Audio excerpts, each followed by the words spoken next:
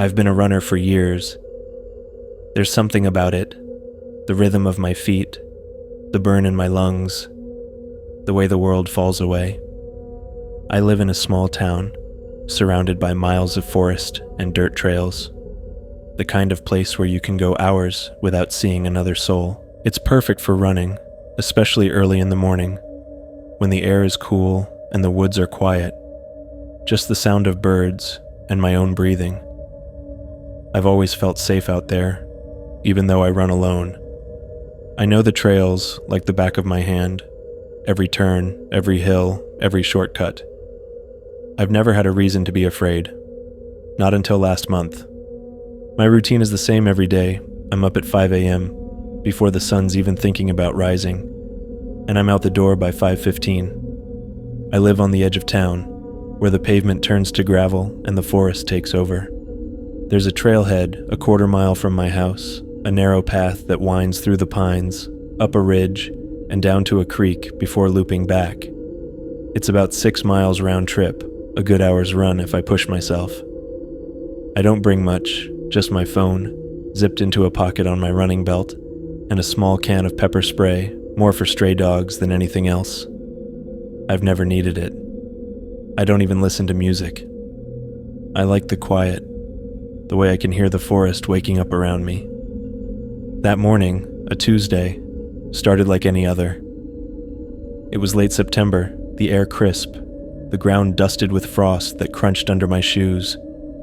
The sky was still dark, just a hint of gray at the horizon, and a thin fog hung low, clinging to the trees like a shroud.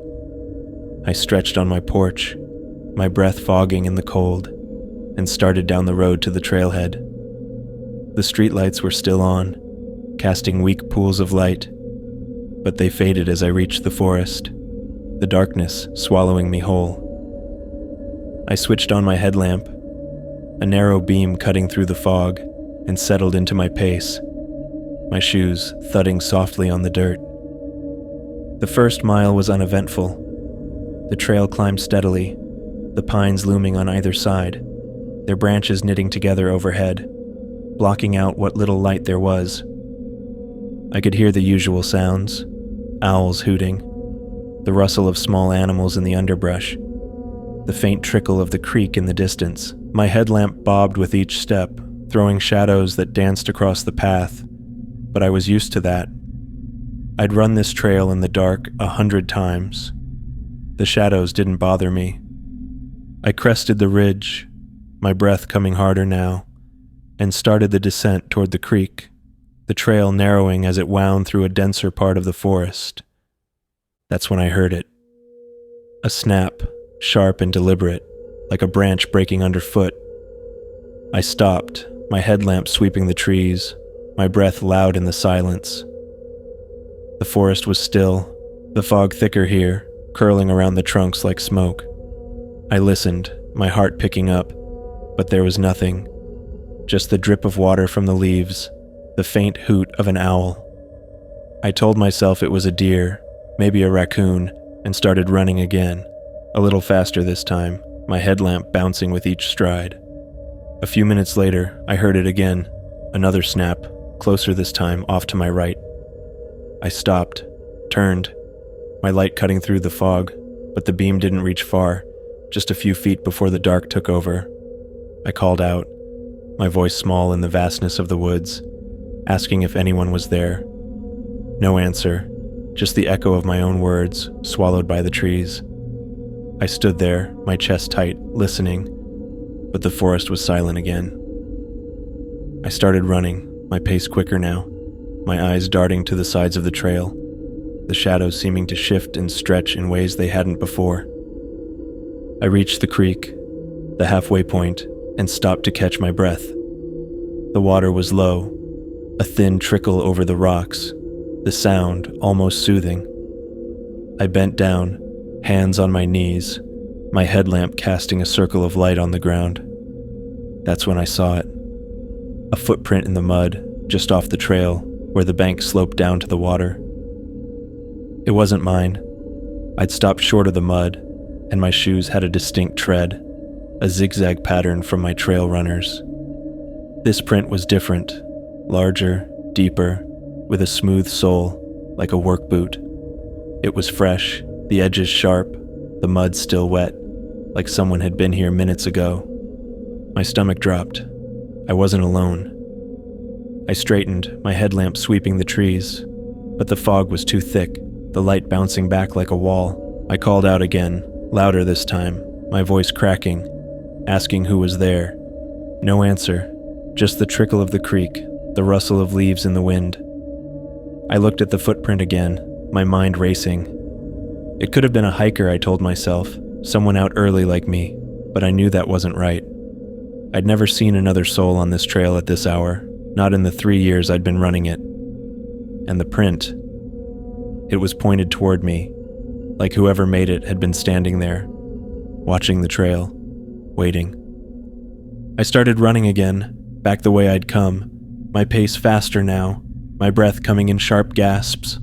The trail climbed back up to the ridge, the incline steep, my legs burning, but I didn't slow down. I kept hearing sounds, snaps, rustles, the crunch of leaves, always just behind me, just out of sight. I'd stop, turn, my headlamp searching, but there was nothing, just the fog and the trees and the dark. My mind was playing tricks, I told myself. The isolation and the dark getting to me. But I couldn't shake the feeling I was being watched, that something was out there, keeping pace, staying just beyond my light. I was halfway up the ridge when I heard the voice. It was low, rough, barely above a whisper, but it cut through the silence like a blade. "Keep running," it said, from somewhere to my left, deep in the trees. I froze, my headlamp whipping toward the sound, my heart slamming against my ribs. The fog swallowed the light, but I thought I saw something, a shape, tall and broad, standing between the trunks just at the edge of my vision. I blinked, and it was gone, the trees empty, the forest silent again. I called out, my voice shaking, demanding to know who was there, but there was no answer, just the echo of my words, fading into the dark. I ran faster, my legs screaming, my lungs on fire, the trail a blur under my feet. The sounds were louder now. Snaps, thuds, the crunch of boots on dirt, always behind me, always closer. I didn't stop, didn't look back, just ran, my headlamp bouncing, the light barely keeping up with my pace. I crested the ridge, the trail leveling out, the last mile stretching ahead, the promise of the trailhead, the road, my house, so close but so far. I could hear my pulse in my ears, my breath ragged, the forest pressing in on all sides, the fog so thick I could barely see 10 feet ahead. That's when I saw the knife. It was lying on the trail, right in the middle of the path, glinting in the beam of my headlamp. A hunting knife, the blade long and sharp, the handle wrapped in worn leather, stained with something dark. Mud, maybe, or something worse. I stopped, my chest heaving, staring at it, my mind racing. It hadn't been there on my way out. I'd have seen it, tripped over it. Someone had put it there, someone who'd been here, who'd known I'd come back this way. I looked around, my headlamp sweeping the trees, but the fog was a wall, the forest silent except for the pounding of my own heart. I didn't touch the knife.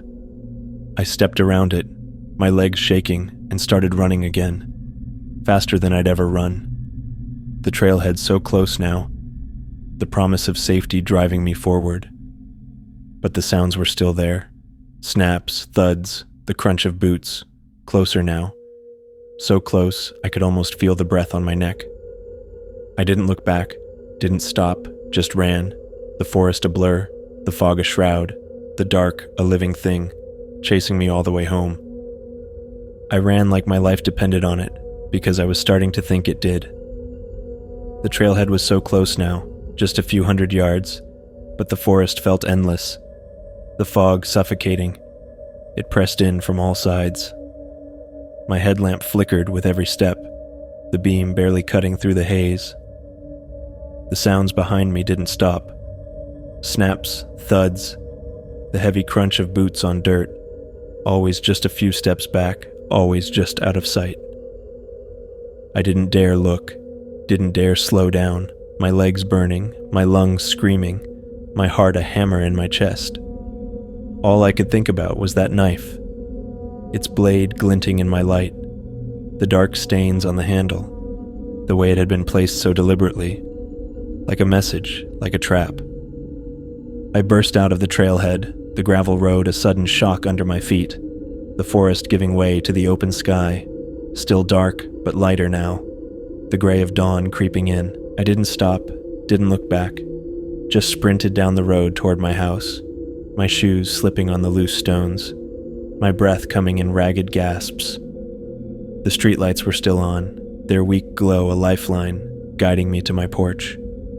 I fumbled with my keys, my hands shaking so badly I dropped them, the metal clattering on the wood. I snatched them up, jammed the key into the lock, and threw the door open, slamming it shut behind me. I turned the deadbolt, slid the chain into place, and backed away, my chest heaving, my eyes locked on the door, waiting for the sound of boots, the scrape of that knife. It didn't come. The house was silent, just the sound of my own breathing, harsh and uneven, echoing in the small space. I stood there, frozen, listening, but there was nothing. No footsteps, no snaps, no low, rough voice whispering through the fog. I crept to the window, keeping the lights off, and peered through the blinds. The street was empty, the trailhead a dark smudge in the distance, the forest beyond it a wall of shadow. I watched for a long time, my breath fogging the glass, but nothing moved, nothing came. I started to think maybe I'd imagined it, the voice, the knife, the sounds. Maybe it was just a hiker, someone playing a sick prank, and my mind had turned it into something worse. But I couldn't shake the image of that footprint, the way it had been pointed toward me, like someone had been waiting, watching. I didn't sleep that day. I sat on the couch, the pepper spray in one hand, my phone in the other, debating whether to call the police. But what would I say? I heard noises in the woods, saw a footprint, found a knife. I didn't have the knife. I'd left it on the trail, too scared to touch it. I didn't have a description of the man, if there even was a man. Just a shape in the fog. A voice I couldn't be sure I'd heard. They'd think I was crazy, or worse, they'd go out there and find nothing, and I'd be the guy who cried wolf. I couldn't do it. I told myself I'd go back in the daylight, look for the knife, see if there were more footprints, anything to prove I wasn't losing it. I didn't go back that day. I couldn't.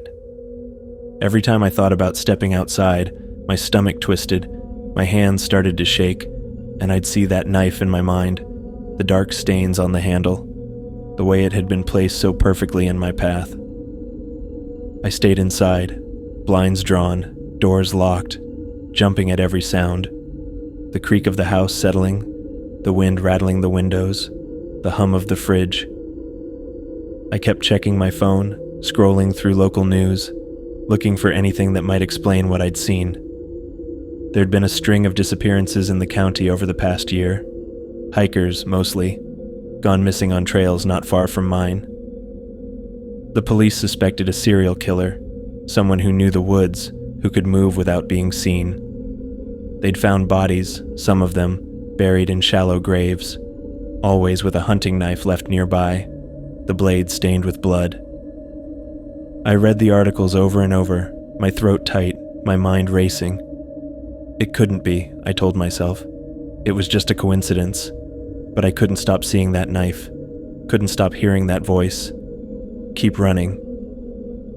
The next day, I forced myself to go back. I waited until noon, when the sun was high, the fog burned off, the forest bright and alive with birdsong. I drove to the trailhead, my pepper spray in hand, my phone fully charged, ready to take pictures if I found anything.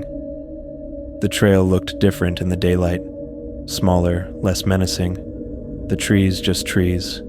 The shadows just shadows. I walked slowly, my eyes scanning the ground, looking for the spot where I'd seen the knife. It took me a while to find it. The trail all looks the same in the light, but I knew I was close when I saw the ridge, the descent to the creek. I kept going, my heart pounding, until I reached the spot. The knife was gone. I stood there, staring at the ground, my stomach sinking. The dirt was disturbed, scuffed like someone had been here, but there was no knife, no sign of it. I looked for the footprint by the creek, but the mud had dried, the print gone, smoothed over by the wind, or an animal, or someone. I walked the trail back to the trailhead, searching for anything. More footprints, a broken branch, a scrap of fabric. But there was nothing. Just the forest, quiet and still, like it was holding its breath. I made it back to my car, my hands shaking, my mind racing. I'd been so sure I'd find something, some proof I wasn't imagining it. But there was nothing. I drove home, locked the doors, and sat there, staring at the wall, trying to convince myself it was over. It wasn't. That night, I heard a noise. A soft tap, like a finger on glass, coming from my bedroom window.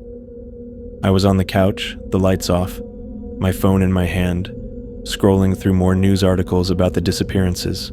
I froze, my breath catching, the tap coming again, slow and deliberate. I crept to the window, keeping low, and peered through the blinds. The street was empty. The trail had a dark smudge in the distance, but there on the glass was a smudge. A faint, greasy handprint. Too big to be mine, pressed against the outside. I stumbled back, my heart in my throat, and grabbed the pepper spray, my hands shaking so badly I could barely hold it. I checked every window, every door, locked, all locked. But the handprint was there, a silent message, a mark. The next morning, I found something else. On my porch, right by the door, was a small pile of dirt, fresh and damp, like it had been dug up from the forest. In the middle of the pile was a single pine needle, the kind that littered the trail, and a scrap of paper folded in half. I didn't want to touch it, didn't want to look, but I had to know. I picked it up, my hands trembling, and unfolded it. Inside, in shaky, uneven handwriting, was a single word: run. I dropped it and looked around, the street empty, the forest silent, but I could feel it. Eyes on me, watching, waiting. I haven't run since. I can't. Every time I think about going back to the trail, I see that knife, hear that voice, feel those eyes. I've started driving to a gym in the city, running on a treadmill, but even there, I can't shake the feeling I'm being watched. I keep finding things. More dirt on my porch, more handprints on my windows, always at night, always when I'm alone. I've thought about calling the police, but what do I have? A handprint, some dirt, a note. They'd say I'm paranoid, that I'm imagining it, but I know I'm not. I've read the news, seen the reports. The killer's still out there, still hunting, and I think he's chosen me. I don't know how much longer I can keep running, how much longer I can hide. If you're ever out in the woods, alone, and you hear a snap, a voice, a step, don't stop. Don't look back. Just run, and don't stop until you're safe. Because he's out there, and he's waiting. That's where that story ends. A forest trail, a knife, and a shadow that wouldn't stop hunting. It's the kind of thing that makes you think twice about running alone in the wild. But while I was still shaken by that one, another tale found its way to me, and it's just as chilling. This time, it's a woman, a coastal cliff, and two shadows with a different kind of intent, waiting where the ocean meets the dark. Here's the next one. I've always loved running by the ocean. There's something about the salt air, the crash of the waves, the way the horizon stretches out forever. It clears my head, makes me feel alive. I'm 28, a graphic designer, and I live in a small coastal town on the Pacific, the kind of place where the cliffs drop straight into the sea and the nearest city is a 2-hour drive. It's quiet here, isolated, but that's what I love about it. I moved here a year ago after a bad breakup, looking for a fresh start, and the trails along the cliffs have become my sanctuary. I run almost every evening, just as the sun starts to set, when the sky turns gold and the world feels like it's holding its breath.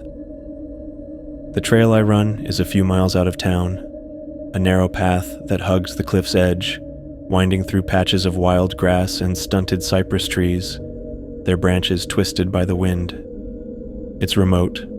No houses, no roads nearby, just the trail, the cliffs, and the ocean below, 100 feet down, the waves churning against the rocks. There's a parking lot at the trailhead, a small gravel patch with a faded sign warning about the drop.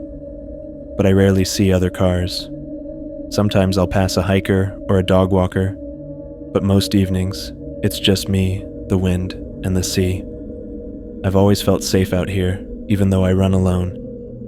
I bring my phone tucked into a pocket on my leggings and a small keychain alarm, the kind that screeches if you pull the pin. I've never needed it. I don't even listen to music. I like the sound of the waves, the gulls, the rhythm of my own steps on the dirt. That evening, a Wednesday in early October, started like any other. It had been a long day, client deadlines, endless revisions, and I needed the run to shake it off.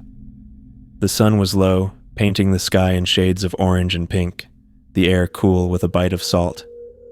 I parked my car at the trailhead, the lot empty as usual, and stretched against the hood, the wind tugging at my ponytail.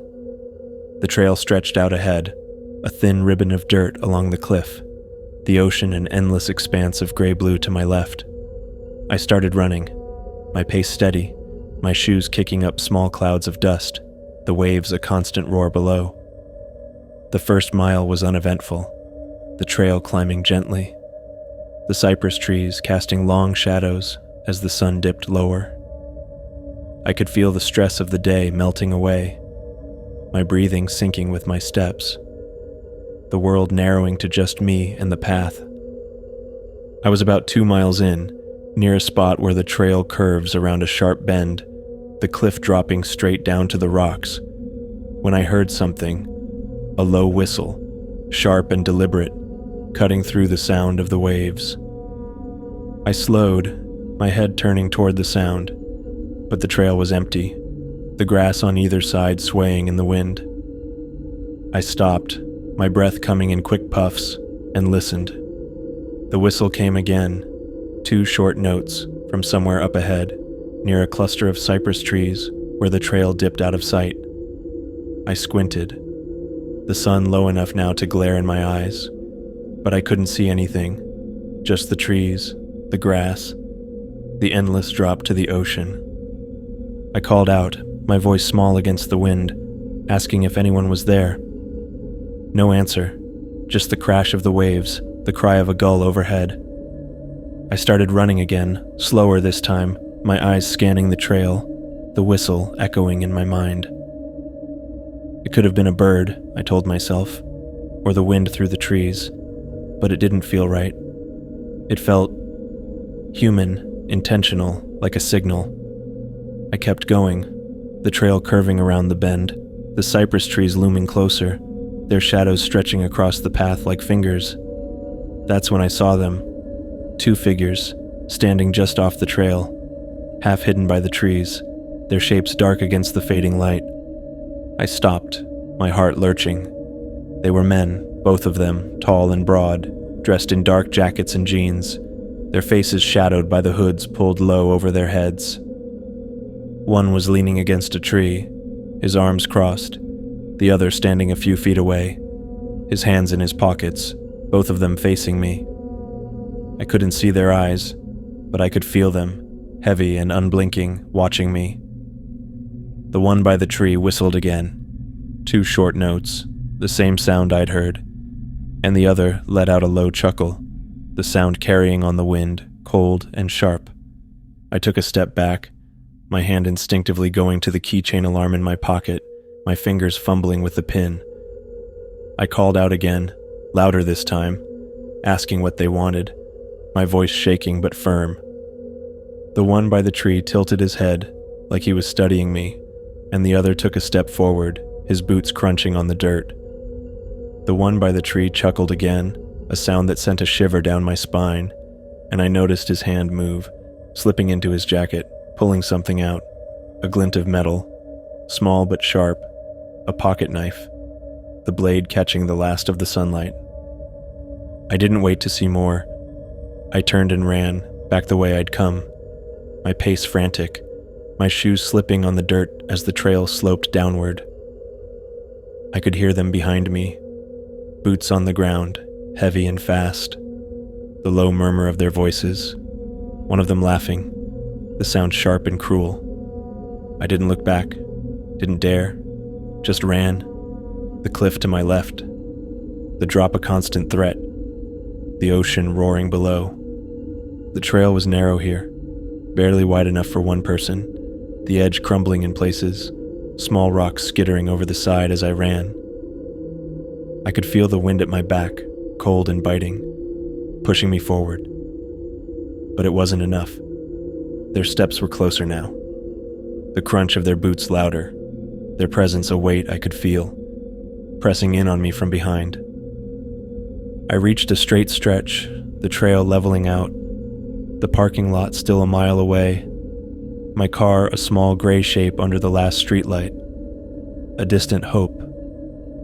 I risked a glance over my shoulder, my headlamp long since turned off to save battery, the last of the daylight fading fast. They were there, maybe 50 yards back, moving at a steady pace, not running, but walking fast, their strides long and purposeful, like they knew I couldn't outrun them forever.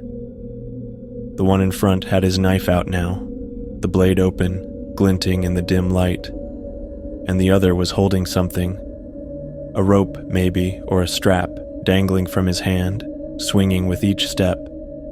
They weren't hiding anymore, weren't pretending, just coming for me, their intent clear in the way they moved, the way they watched. I kept running, the trail a blur under my feet. The wind was stronger now, howling off the ocean, the waves a constant roar, drowning out their steps but not their presence. I could see the parking lot now, a faint smudge in the distance.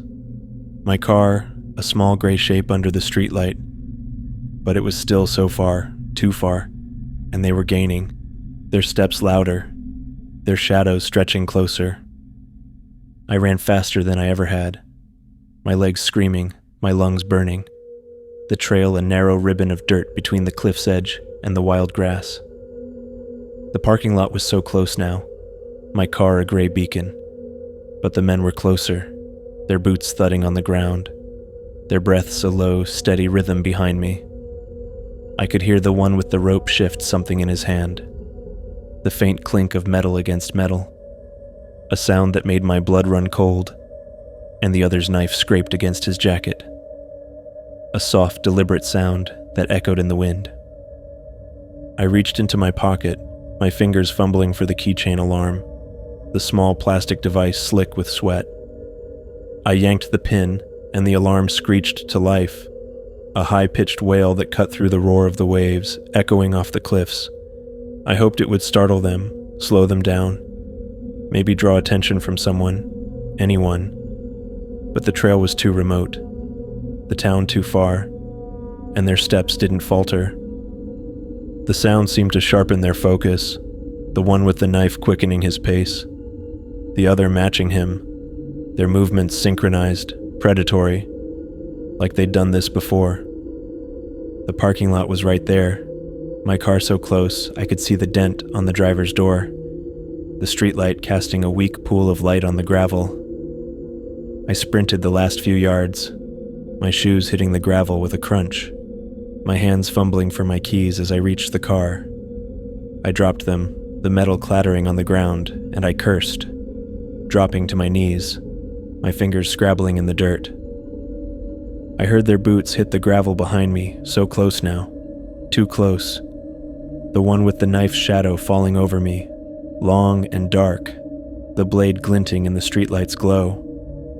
I grabbed the keys, my hands shaking, and jammed them into the lock, the door finally clicking open. I threw myself inside, slamming the door shut, my fingers fumbling with the lock as a hand slammed against the window, the glass shuddering under the impact. It was the one with the knife, his face pressed close, his hood fallen back, revealing a hard, angular face, his eyes wild with something dark, something hungry. He pounded on the window, the knife in his other hand scraping against the glass, leaving a long, screeching mark. The other man was at the passenger side, yanking at the handle, the rope still in his hand, his face shadowed, but his movements frantic, desperate. I screamed, my hands shaking as I shoved the key into the ignition, the engine roaring to life. The one with the knife slammed his fist against the window again, the glass cracking under the force, a spiderweb of fractures spreading from his hand. The other man moved to the front, his hands on the hood, trying to block me, the rope dangling like a noose.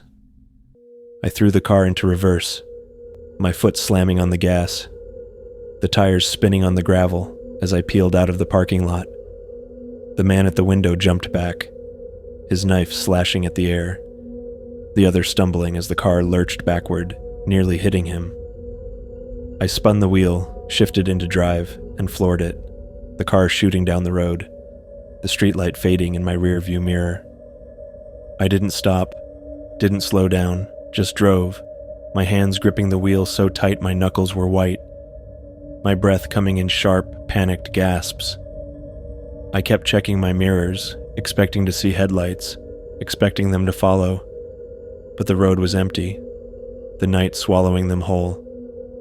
I drove straight to the police station in town, my hands still shaking, my heart still pounding, the screech of the alarm still echoing in my ears. I burst through the doors, my voice a jumbled mess as I tried to explain. The men, the knife, the rope, the chase. The officer on duty, an older man with tired eyes, listened, his face unreadable, and called for backup to check the trail. They didn't find them. The parking lot was empty, the trail deserted, no sign of the men, no knife, no rope. They found my tire tracks, the scuff marks where I'd peeled out, but that was it. The officer asked if I'd seen their faces, if I could describe them, but it had been too dark. The one with the knife, the only face I'd seen clearly, and even that was a blur of fear.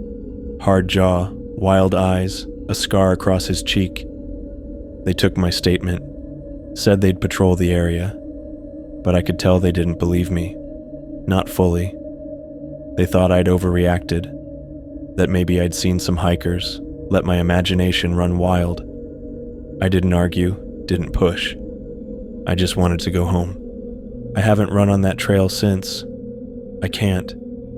Every time I think about going back, I hear their laughter. I keep seeing shadows in the parking lot, hearing low whistles on the wind. Always two notes, always the same. Last week, I found a scratch on my car, long and deep, right where the man had scraped his knife, and a piece of rope, tied in a small loop, left on my windshield.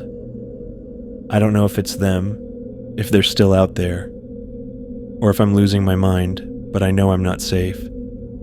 I've thought about moving, leaving this town, but I'm scared they'll follow, that they'll find me, that they'll finish what they started. I'm writing this because I need someone to know. If you're ever running alone, on a trail, by the ocean, and you hear a whistle, 2 sharp notes, don't stop. Don't look. Just run, and don't stop until you're safe. Because they're out there, and they're waiting. I don't think they'll ever stop.